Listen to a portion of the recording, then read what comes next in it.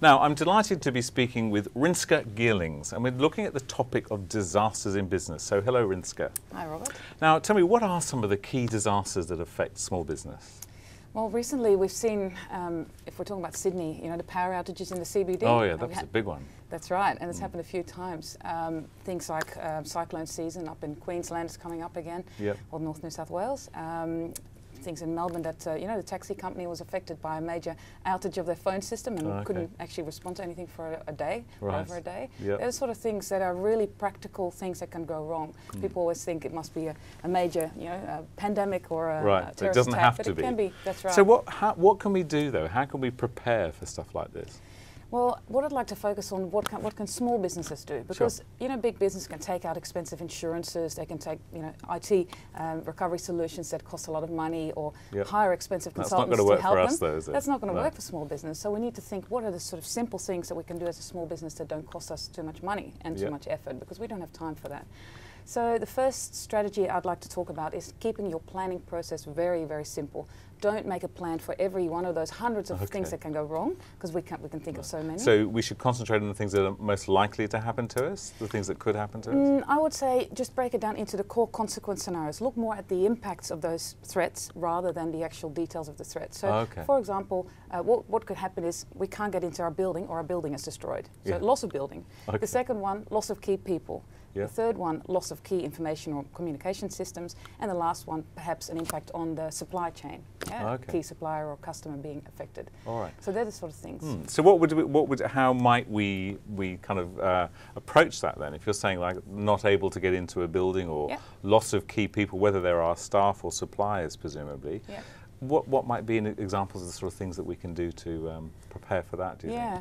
Well, that's right. What we focus on is, as a small business, we look at, well, how would our business be most affected? What is the worst case for us? So not getting into a building, for example, manufacturers or retail outlets, they'd be really heavily impacted, right? When we talk about loss of key staff, if we have a lot of specialised skilled staff, for example, in medical or research sort of industry, well, we might find that is our main concern, you know, key staff. If it was IT systems or communication systems, you're talking usually about, you know, mortgage brokers, credit unions and things like that.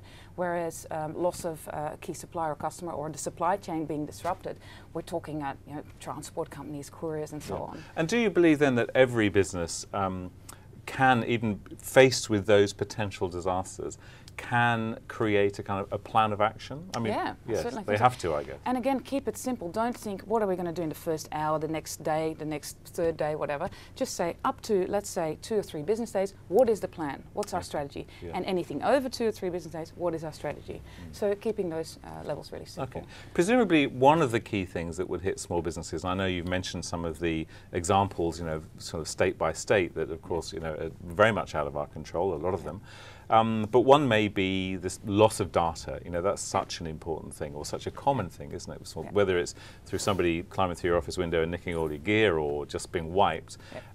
What do you suggest for a business like that? What's the very minimum that we should be doing? Yeah, I think really looking at what your manual workaround procedures are. So actually to keep the business going, not just saying we recover the data loss by expensive recovery solutions. We could think about, for example, remote or online backups, and that's more and more available, even for a couple of $100s a year to small business. So you can at least retrieve your data somewhere from a website or so, or something like that.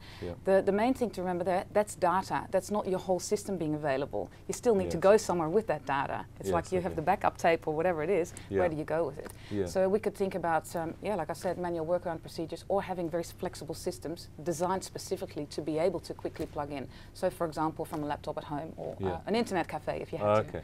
Small businesses have to think that way. And tell me, do you have businesses that kind of approach you with, oh my God, Rinske, you know, this has happened? Do you respond to crises in that sort of way? Sometimes I do, and when I was in a permanent sort of role in the past, because I set this whole process up from scratch for a retail bank or a rural bank. And what we found there is, that things would happen. A flood, for example, up in the countryside or something like that, and they would have to respond. But also the main question that comes to me is not so much the disaster has hit us, but how can we a client requires us to have a BCP. We're a small business. How do we quickly business continuity plan? Okay, good. It's one of those things that you think small businesses don't have to have this. Well, they do. Okay. And lovely. And if we need to find out more about you, Rinske, where should we go? We can go to disasterplantemplate.com Disasterplantemplate.com. That's the specific site that I have for small businesses. Disasterplantemplate.com. And that again is for simple templates that help small business, not just a big business, but specifically for Rinske, small thank you very much for joining us. Thank you very much, Robert. Thank you.